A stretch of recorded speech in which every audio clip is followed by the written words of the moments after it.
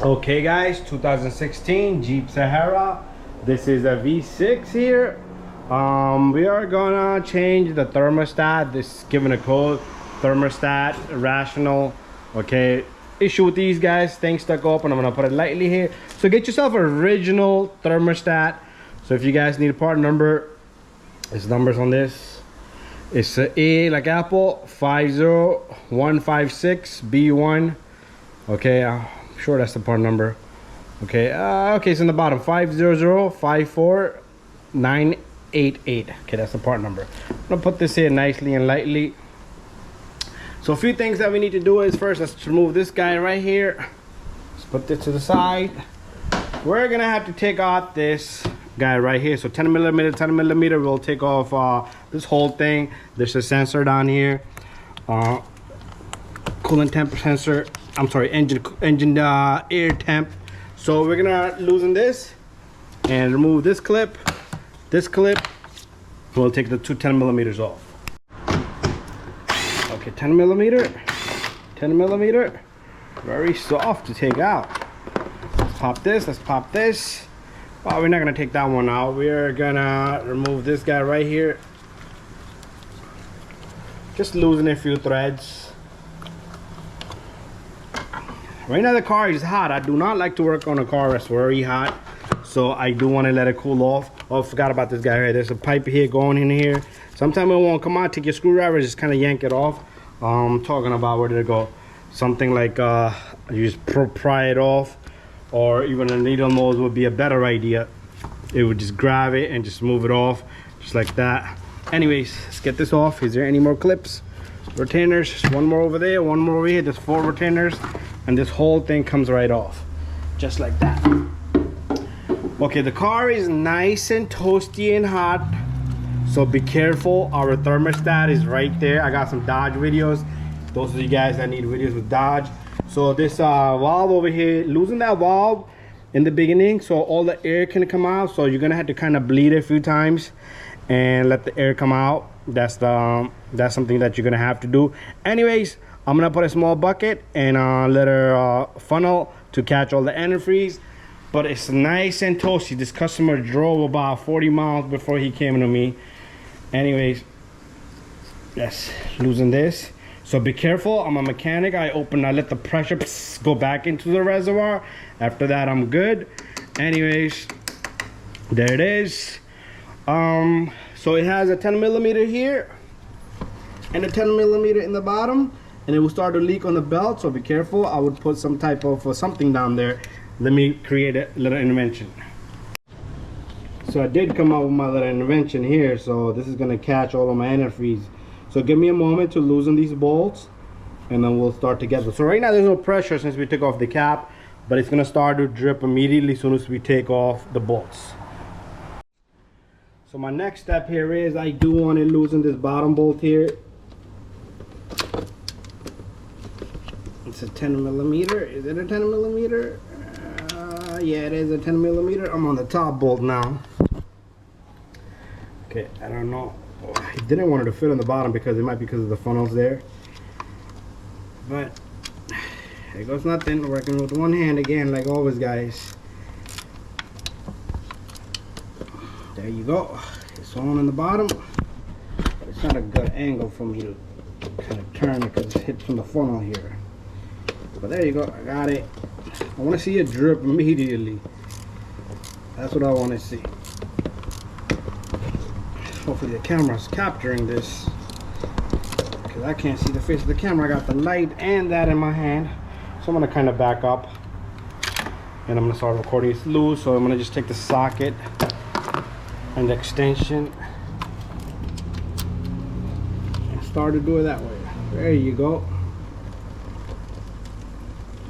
So just give it some time. It's gonna be a lot of antifreeze coming down, and control it with the tightness and looseness of this. So whatever extra drops down, that's fine. Throw some hot water. So I see a lot of drips in the bottom. Once you're done, you throw some hot water and it should just evaporate out of there. That's what I usually do. So I'm gonna give it some time. I'm gonna control that, and once I'm done, It is a lot of drips are going to the floor, so I want to kind of control it down a bit. So we'll be right back when I'm done, and then we could use the same antifreeze to top it off. I did clean that bottle off. Customer didn't bring me any. I don't know, sometimes people think like that. I do need to take this off right here to remove this and push it back. So we'll come back to this in about 20 minutes. Okay, so next I want to remove this bolt a little bit more because it's dripping a lot less now. Okay, before I take off the bolts completely, I do want to take this clamp and push it back. So I got my plier for that. So you guys will be doing the same thing. It's a very simple job on these, even though you see me kind of struggling because it's one hand. So you see I'm struggling. I need to move this to here so my wrench, my tool here can have a wider mouth, but I can't do that with one hand. You see that? How much trouble I'm having? So I'll be back. Okay, there it is. It's ready. So now I'm able to open wider without my hand struggling on the other side. So this can simply just go back. Okay, when you bring this clamp back to lock it up, you gotta bring the clamp back to the same spot. Guaranteed it will start to drip over here if you don't do that, because it already has a misgrip. So before you even open these bolts up, I would kind of, I'm getting a lot of antifreeze out of this. Might have to get another bottle. Yeah, it's a lot of antifreeze. I think it's almost full. So let me focus on that, and then I'll control the coolant. I don't want to go too much either. So I'll be back. Let me control the coolant because my bottle's almost full. So I did empty out the bottle into that. Anyway, so I just went and got me something like this. So be careful, you don't want to like stab your pipe here. So what I want to do is I just want to kind of take this off right now. That way I'm ready once the thermostat comes out. So that you might have a little bit of antifreeze in here, so be careful. Okay, so I still need to drain this more. So I need to loosen these up. I do apologize that you guys are seeing the same thing over and over, but this is, if I wasn't recording and you was doing it at home, you shouldn't be going through all this. It should be simple. Drain, let it come out, and you get the new one in. So I'll be right back once I'm kind of like 100% sure that it's done. Let me just control it. Okay, so I'll post my camera onto the side a little bit because it seems like it's all done and ready to go. I am gonna have antifreeze in there for sure. So what I want to do is I'm gonna have a little bit of spill also. That's fine. I am gonna work like an idiot here because that funnel's just freaking on the way for the bottom bolt. Should have got a swivel. So I'm gonna take off the top bolt. Okay, it seems like there's nothing in there. A few drips and drops. Okay, there's no point in me having this no more here. Okay, and then what I want to do is I want to kind of take it off completely. Usually I use power tools, but I want to show you guys what I'm doing. So I just want to take it easy here. So that's one of the bolts I got out. Now I want to get the top bolt. Jeep, this is a little bit tighter because there's a throttle body here and this alternator there. If you're doing a Dodge Charger, it's much easier. Okay, that bolt should be coming out. And for a little guy like me, even the height is an issue here. Okay, there it is. So we're gonna get a little bit more drips now. Remember, your pipe is gonna have some antifreeze, okay? For sure. It is kind of nice and toasty and hot, so be careful. What I'm gonna do is I'm gonna bring my funnel back. I shouldn't have done that. So once I take out the pipe, and I could drip the rest of it into the funnel. I'm still controlling the antifreeze a little bit differently. Okay, here it comes. Okay, this wire should have been like strapped tight over here. Okay, so this guy will come out. Let's see how much antifreeze. There you go, quite a bit. So the seal stayed behind. I'm gonna get that seal off. So let me just get it. There you go. That should be more than enough. We can get this out. I can get the bottle out. We no longer need it. Like I said, put the clamp back to the spot it belongs, or you will have a leak. Anyways, remember the seal? Gotta be removed.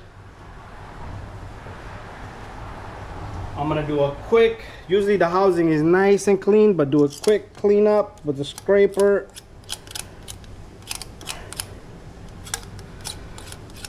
All I'm using is a blade to scrape, and that's it. It's time to get the new thermostat. Okay, this would be a good time for you to loosen this valve up, and let me go get a flathead screwdriver for that. Okay, so loosen this up now, because later on you might not have the access. Usually on Dodge, I'm able to bleed these while the engine is running. That way I can get more air out, but in this case we won't be able to do that. That sucks, right? So let's go in with one bolt. You know what? Let's go in to the pipe first. So all I'm doing is putting this thermostat into this upper radiator hose. So this thing only goes one way. You cannot go wrong, okay? So it holds it in place for me. And then I'm able to get this bolt in. Make sure you catch the threads on these bolts nice and straight. My hand is slippery, so it's kind of giving me trouble, but I'm gonna take my sweet time. So this video might be, this is like a 5-minute job, but the only thing is explaining it, it might be much longer video. So on Dodge Charger, I ran the car. It's the same thing.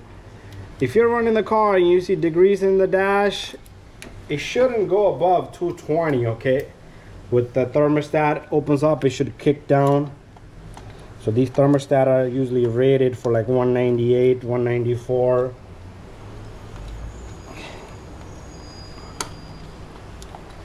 Okay, I don't know what's going on. This pipe is not, okay, letting me. So I would put the pipe on later just to let you guys know. So the pipe is kind of not letting me line the bolts. So I like to hand tighten this. Do not go crazy. Do not crack, snap, break the bolts. You will be in trouble. These things, I'm gonna check the torque on these, and I will let you know at the end of the video. So now I'm gonna tighten it, but I'm gonna snug it a little bit, snug it a little bit. I want to go evenly, okay, top, bottom, evenly.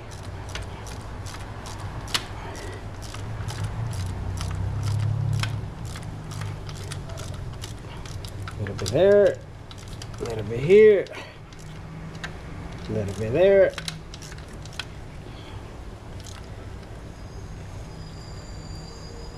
Okay, a little bit there. My valve is open. Remember, when we're putting antifreeze in, it's you're gonna hear hissing from there, air coming out of that valve. Okay, now the next step is kind of critical. So I want to show you guys this. We're gonna put the, I'm gonna have to move everything, the light, the camera, everything. Okay, that's more like it. Next step, bringing this clamp back, okay? Remember I told you guys, it's gotta sit on the same grooves, okay? Or you will have a freaking leak. Been there, done that so many times.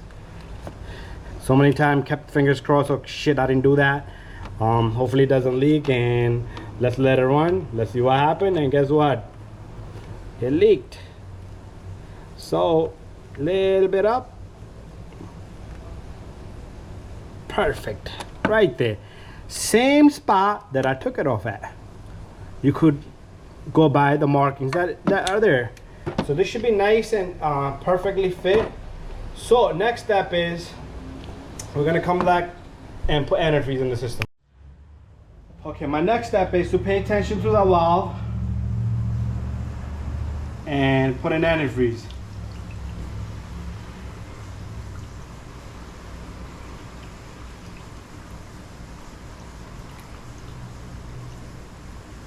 It starts to drip there. That's fine. All I want to see is, I'm gonna close it up because it started to shoot a lot. I just wanted to see the antifreeze come out of there and the air come out of there.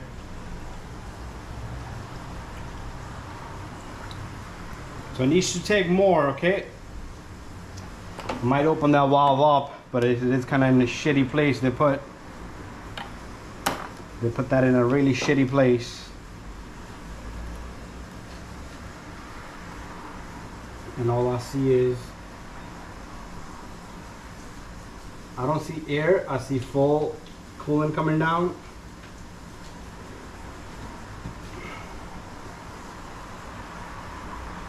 So how are we supposed to believe that?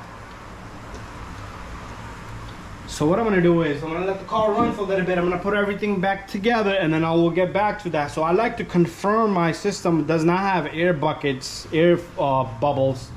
I like to take things apart, so I'm not gonna lock up all the bolts. I'm gonna just put the housing and clamp it on and put the 8mm in and the sensor in. Let the car run for a little bit. I'm gonna double check my antifreeze. It's probably gonna suck my antifreeze in, and I'll top it off, and then that's it. I will go back and open that valve just to hear any airs there. Psst, it'll shoot out. Do it 2 to 3 times and you should be good to go. Anyway guys, thank you for watching my video. Don't forget to subscribe, share, and like. See you guys on the next one. And after that, you do need to reset the code. Check engine light. Okay, let's take a look at the code. So I'm using this Blue Point scan tool. This is like, I bought this for like 95 bucks. If you guys want to check for that, find it online. And that's everything that's on it. That's the number, the model. Anyways, Chrysler Jeep. Yep, we're gonna press yes. Thermostat. He got codes for. He bring me a thermostat, so we're gonna go down to thermostat. Okay, it's not there. The code's not there, but he's gonna reset it. It did have it. It's on and off partly, but the code was there. So he brought me a thermostat, and that's what we did. So bye-bye. You do need to reset it at the end.